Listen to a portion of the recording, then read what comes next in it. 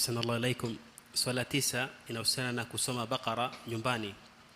Asema tumesomeshwa kuwa nyumba inaosoma suratul Baqara haingii shetani.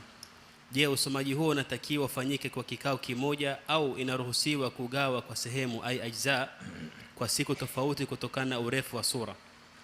Fadhila ya kusoma suratul Baqara nyumbani ambazo amezitaja Mtume alayhi salatu wasalam kutokamana na tard shaitan na kinga na uchawi na wachawi na sihri na mengineo katika fadhaili nyingi za suratul Baqara ambazo tulizitaja katika mwanzo wa tafsiri ya sura hii, zinathubutu kwa mwenye kusoma suratul Baqara, na wala si lazima awe mwenye kusoma sura hii ameisoma yote kwenye kikao kimoja.